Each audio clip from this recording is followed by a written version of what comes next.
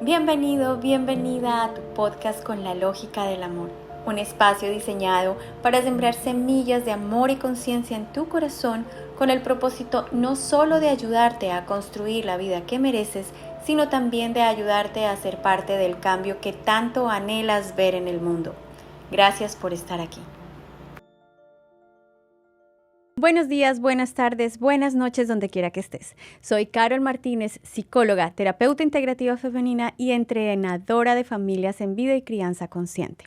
Lastimosamente, debido a un incidente, esta emisión salió al aire más tarde de lo esperado, pero te aseguro que este tema te interesa mucho. Hoy en el episodio número 3 de tu nuevo podcast favorito, quiero compartirte lo que he aprendido durante los últimos casi 5 años de mi vida, después de haberle abierto las puertas de mi casa a una mujer en apuros y a sus hijas, sin saber que estaba dando inicio a una relación abusiva que posteriormente se convirtió en una dinámica persistente de acoso y ataque narcisista. Antes que nada, quiero agradecer a LMC Media Center, ya que este podcast llega a ti gracias a ellos. También quiero agradecer de todo corazón a Phoenix Rising Wellness and Meditation Center, no solo por su amistad y apoyo incondicional, sino por el hermoso y amoroso trabajo de sanación que realizan en la comunidad. Y por supuesto, a ti, que estás escuchando o viendo al otro lado, gracias, gracias, gracias.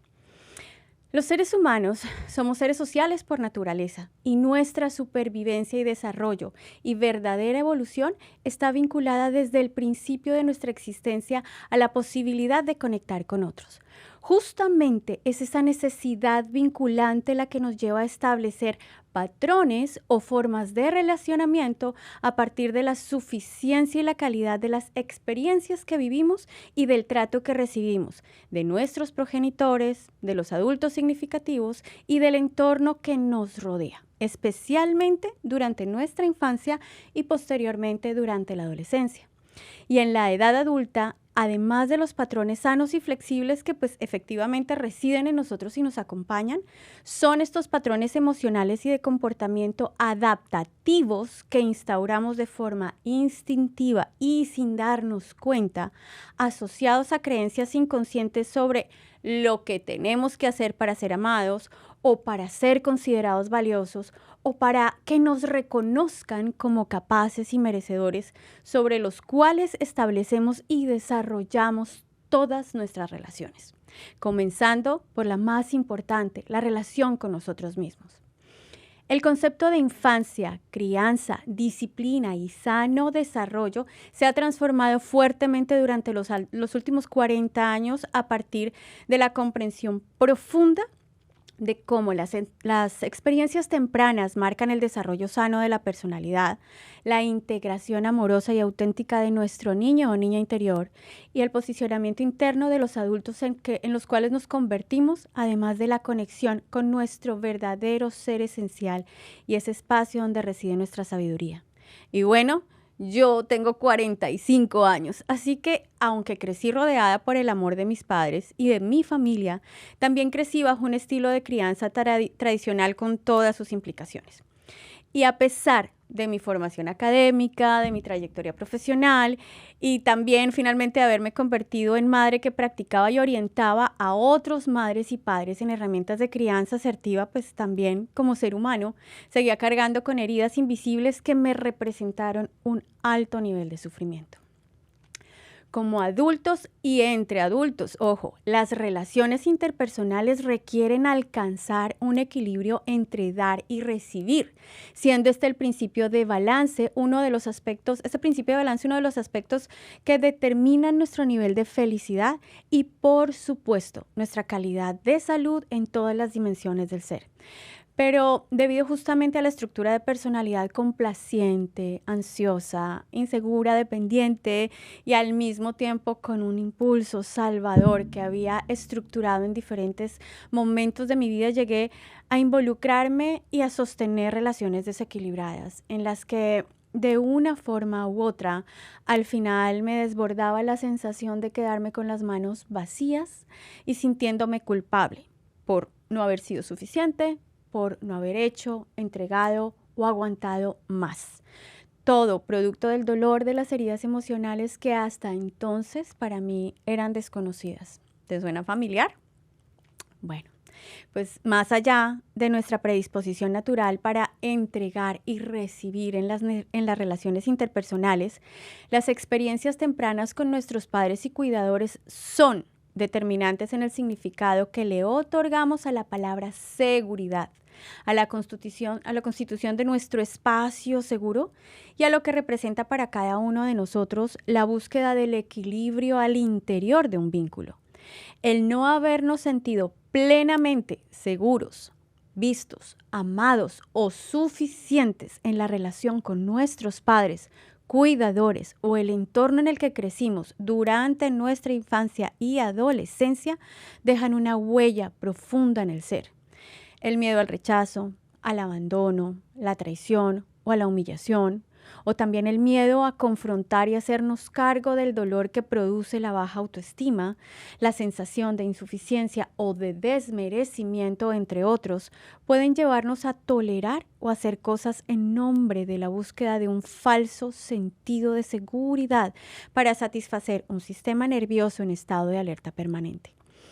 Así que en ese caso, lastimosamente, podemos terminar moviéndonos desde dos polos opuestos.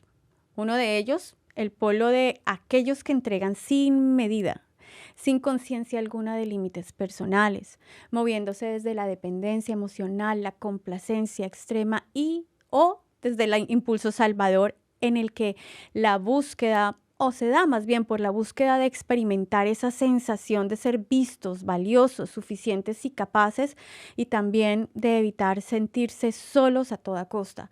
Por supuesto, esto se da de forma instantánea, aparentemente, pero definitivamente efímera.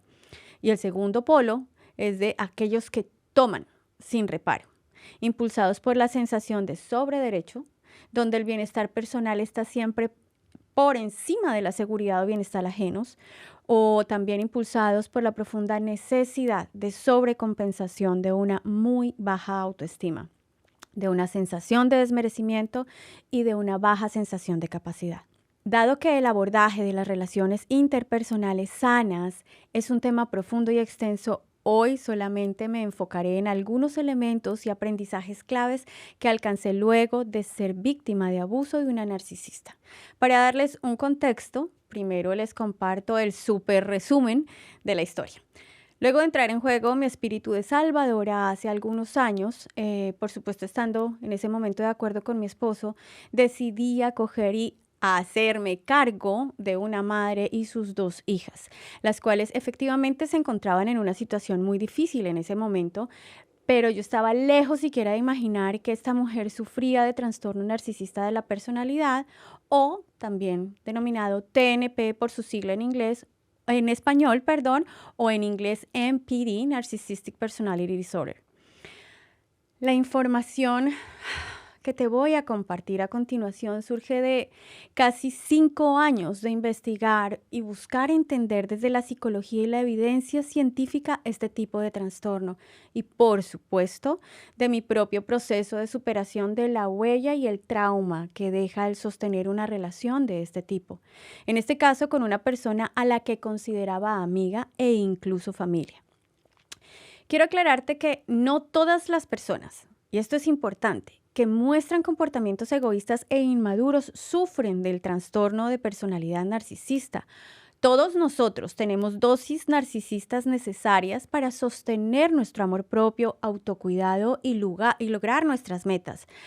Pero por otro lado, también es importante tener presente que la inmadurez emocional asociada a los estilos inseguros de apego incluye rasgos narcisistas más marcados y poco sanos que se manifiestan de formas diferentes y en diferentes niveles sin que necesariamente sean el reflejo de este tipo de trastorno de la personalidad. Realmente se requiere la presencia de una serie de características completas que hacen parte del trastorno y, por supuesto, un diagnóstico por parte de un profesional, pero en general, como información, las personas que sufren de TNP suelen estar obsesionadas con fantasías de grandiosidad y poder, una sensación desmesurada de derecho, necesitan admiración y validación excesiva y permanente. Hay una falta real de esa compasión consecuente a la empatía más que ausencia de empatía per se. Carecen de responsabilidad frente a sus acciones, por lo que no reconocen sus equivocaciones y suelen culpar a otros o a la vida misma de las consecuencias de sus propios actos, mostrándose a sí mismas como víctimas eternas. No tienen reparo en utilizar a los demás para conseguir lo que desean de la forma que sea, ya que esa es una ficha clave en su forma de relacionamiento y el sostenimiento de su estilo de vida. Por otra parte, es importante tener presente que el trastorno narcisista se ve distinto en hombres y en mujeres. Aproximadamente entre el 50 y el 75% de los diagnósticos de TNP se da en hombres debido a que ellos, con una dosis aún más baja de empatía, son mucho más propensos a la manifestación explícita de su sensación de sobrederecho y tienden a utilizar la violencia para manipular y obtener lo que desean. Y pues como sobre los hombres narcisistas se habla mucho, profundizaré en los rasgos de las mujeres con este trastorno. Es más fácil diagnosticar este desorden en mujeres porque se da de una forma más encubierta, entre otras cosas porque la mujer narcisista cuenta con un nivel mayor de empatía, el cual le permite leer y manipular a otros.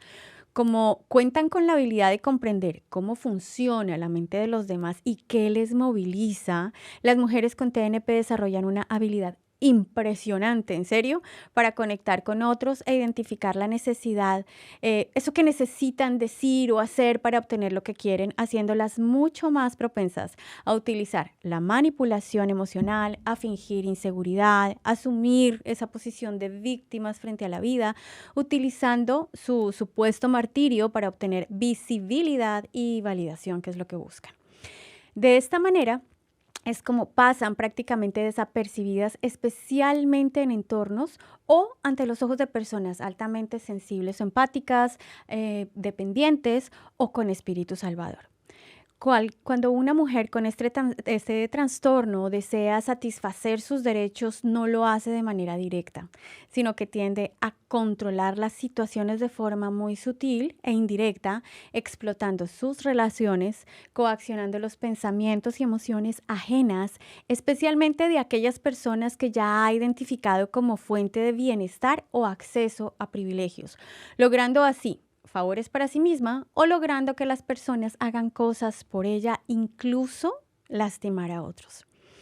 La mujer narcisista tiende a ser más impulsiva y reactiva, aunque menos violenta que el hombre narcisista, ante desaires sociales o ante la detección de lo que considera una amenaza a su grandiosidad o a la posibilidad de obtención de beneficios.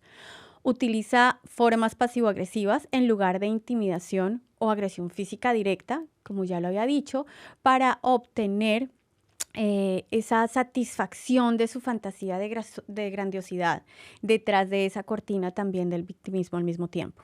Utiliza estrategias como la invención y la manipulación sistemática de historias y sucesos, asumir créditos ajenos, la construcción de una fachada de perfección y al mismo tiempo de indefensión, la búsqueda constante de validación a través de redes o la persistente e incluso histriónica búsqueda de visibilidad y reconocimiento en su lugar de trabajo o en los grupos a los que pertenece. Estas personas se enfocan, o las mujeres narcisistas se enfocan de forma excesiva por mantener una imagen de impecabilidad y perfección, pero sus conversaciones al mismo tiempo pues tienden a girar en torno a sí mismas y sus fantásticas historias, volviendo una y otra vez a ellas.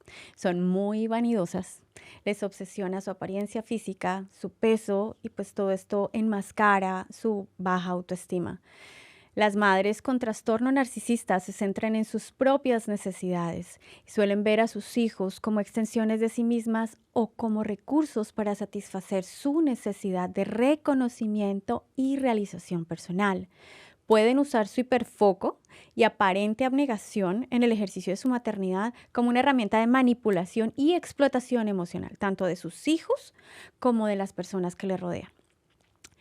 Además de haber podido evidenciar de verdad, de frente, todos estos distintos rasgos que yo te acabo de compartir, luego de varios meses de estar sumergida en una convivencia y dinámicas de abuso y al día de hoy, llevar ya varios años lidiando y gestionando el acoso y los distintos ataques de esta persona, he podido descubrir, aprender, comprender e integrar lo que te voy a compartir.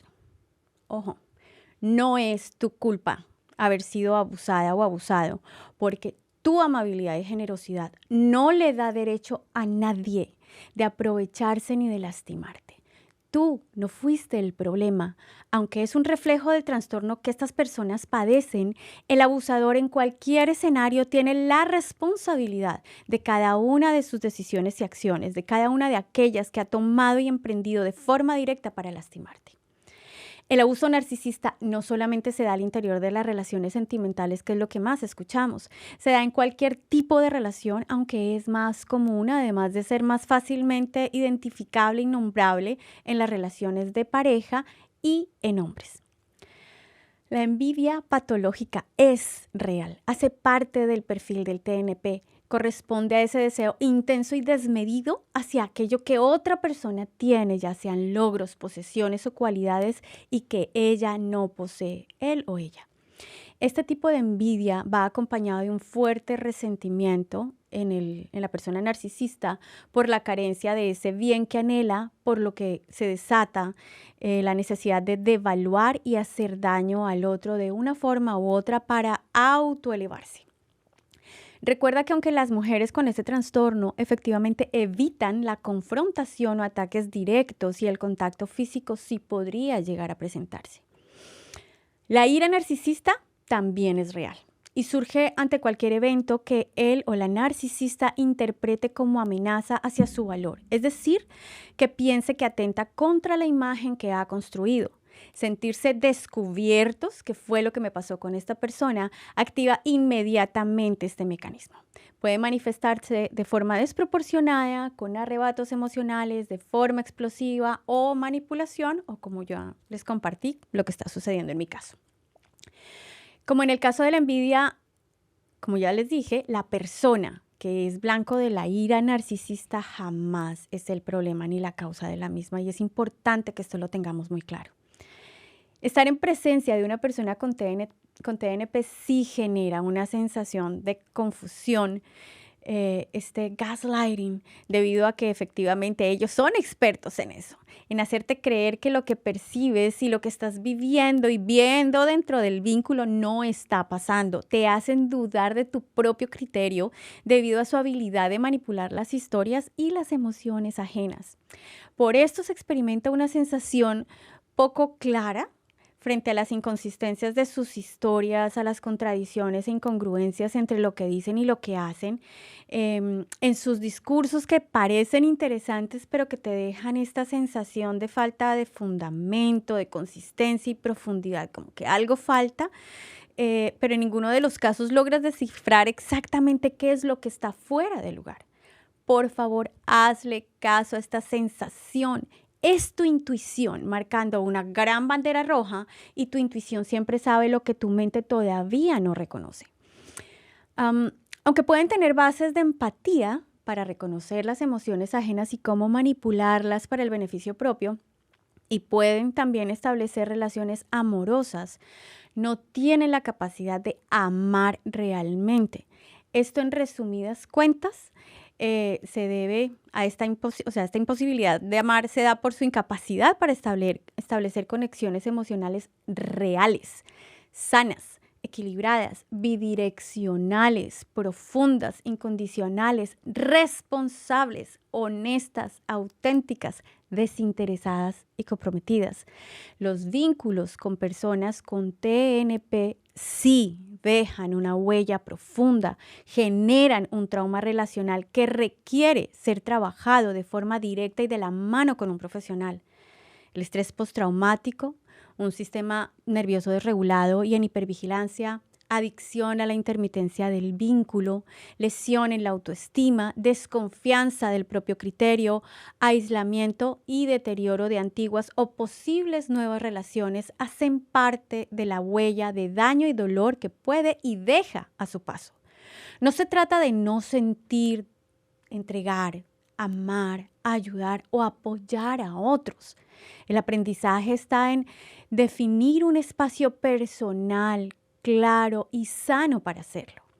Parte de este camino implica expandir la conciencia de nosotros mismos, identificar qué heridas y asuntos nos quedan a nosotros por resolver, conocer y sanar la forma en la que nos vinculamos, identificar y relacionarnos de forma sana con nuestras verdaderas necesidades, nuestro sistema de límites y el de los demás. La entrega en las relaciones no debe ser una moneda de cambio que busca obtener amor o beneficios, debe ser por convicción y en armonía con nosotros y con los otros. Debe ser una entrega que nutra en doble vía y no que compre. Ayudar no es lo mismo que salvar. Ojo con esto. La ayuda se da frente a una necesidad genuina y a una solicitud del otro. Incluso si yo percibo la dificultad de ese otro para solicitar la ayuda, pues podemos ofrecerla. ¿Sí? Pero no nos corresponde imponerla, ni mucho menos forzar a los demás a aceptarla. La necesidad genuina del otro no necesariamente tiene que ver con lo que yo creo que esa persona necesita. Recibir un no ante nuestro ofrecimiento no tiene que ver con nuestro valor o capacidad, pero nuestro ego herido sí lo interpreta así. Buscar ser el salvador de otros busca inherentemente restarles poder a esas personas frente a su propia vida y la posibilidad de desarrollar su propia capacidad y para afrontarla y vivirla. En nosotros surge del anhelo inconsciente de sentirnos necesarios, importantes y de no ser abandonados o rechazados. Y en aquel que es salvado refuerza sentimientos de baja autoestima e incapacidad. Todos tenemos límites y cosas que no sabemos o no nos gustan. Y es nuestro derecho genuino decir no y honrar nuestros propios límites en todos los sentidos. La cooperación sí es necesaria y es fundamental para el sostenimiento del vínculo y el desarrollo de una sociedad sana, por supuesto, pero no es nuestra responsabilidad ni mucho menos obligación resolver los problemas ajenos o decir sí cada vez que alguien nos pida algo, aunque deseemos profundamente negarnos. No tiene que gustarle. Pero si ante una negativa el otro reacciona de forma impulsiva, desmedida o resentida, es un espejo de un asunto que esa persona necesita resolver internamente. Podemos manifestar a otros nuestros límites y solicitar que sean respetados, pero somos nosotros quienes marcamos verdaderamente el límite con nuestras acciones, cuando las acciones del otro traspasan nuestro perímetro de seguridad.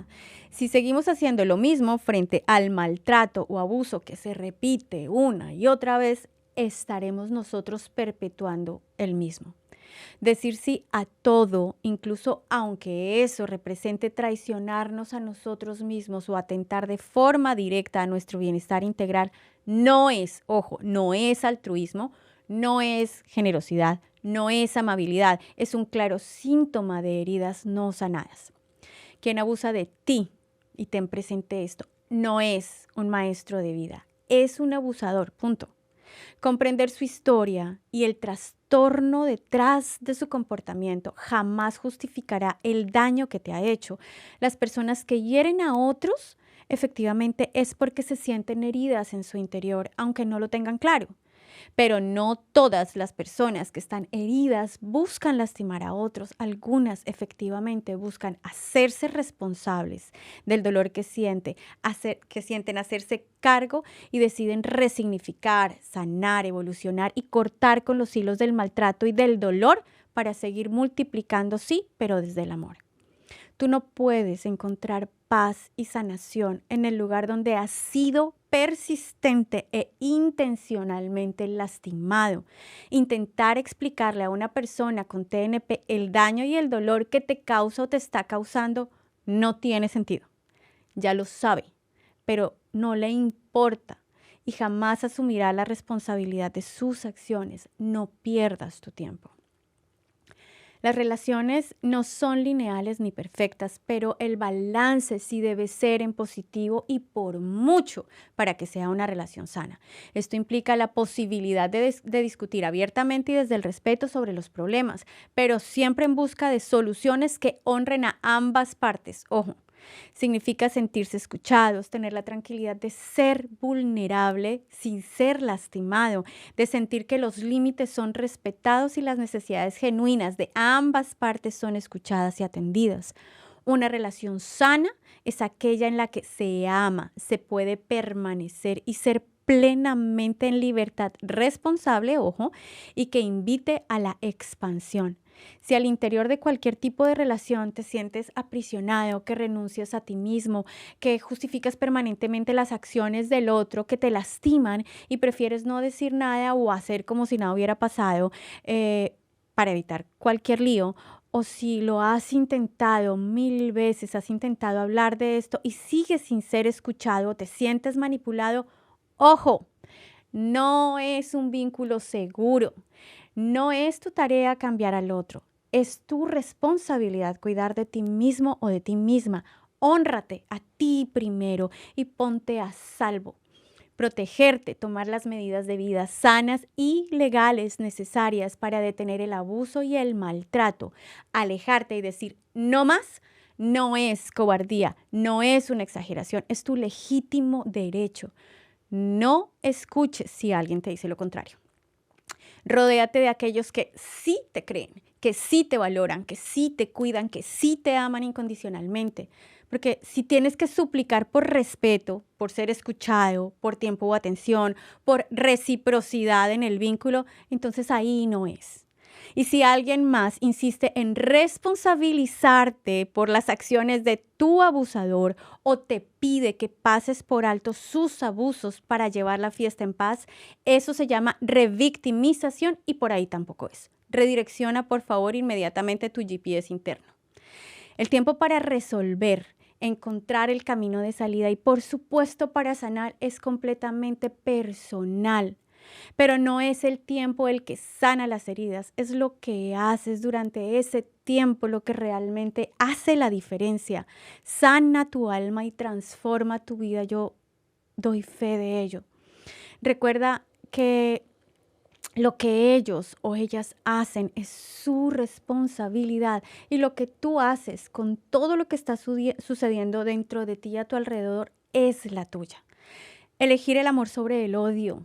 Seguir avanzando a pesar del miedo. Transitar todas las emociones que surgen en lugar de quedarnos atrapadas en ellas. Perdonar y al mismo tiempo alejarte para siempre es posible, aunque efectivamente no es sencillo. En conclusión y en retrospectiva, cuando logras resignificar tus equivocaciones, pueden ser una fuente grandiosa de oportunidades de aprendizaje, de sanación, de evolución. Es entonces cuando comienzas el proceso de romper con los patrones que tanto sufrimiento te han generado. Por otro lado, yo he podido ratificar con cada fibra de mi ser que sí es parte de nuestra misión y responsabilidad de vida conectar desde el amor verdadero, desde la empatía y compasión genuina con el tránsito, con las demás personas en el tránsito de sus desafíos y dificultades y siempre respetando su espacio de responsabilidad y honrando al mismo tiempo el nuestro y nuestros propios límites. Es nuestro derecho genuino hacer escuchar nuestra gran voz y su fuerza y claridad estarán determinadas por nuestro acontecimiento y el contacto amoroso y respetuoso con nuestros límites personales en relación armoniosa con los de los demás. Si te identificaste con esta historia, tienes dudas o necesitas ayuda y no sabes cómo empezar a hacerle cargo, puedes contactarme a través de mi cuenta de Instagram Creciendo con Emma o a través de mi correo vidaycrianzaconsciente@gmail.com. No dudes preguntarme sobre mi programa para adultos Sanando con la Lógica del Amor. Recuerda estar atento a la edición mensual de este podcast y al contenido de mis redes donde te compartiré información muy valiosa sobre cómo vivir, relacionarte y sobre todo cómo criar y cuidar a los niños y niñas de tu vida con la lógica del amor. Si aún no lo has hecho, por favor, suscríbete a mi canal, dale like a este episodio y compártelo para seguir esparciendo juntos semillas de amor y conciencia. Nuevamente, gracias por estar al otro lado, por apoyar mi contenido y mi trabajo y especialmente por querer ser parte del cambio que anhelas ver en el mundo, aprendiendo a vivir y a criar con la lógica del amor. Un abrazo desde el fondo de mi corazón, lleno de luz para ti y para los tuyos. Hasta pronto.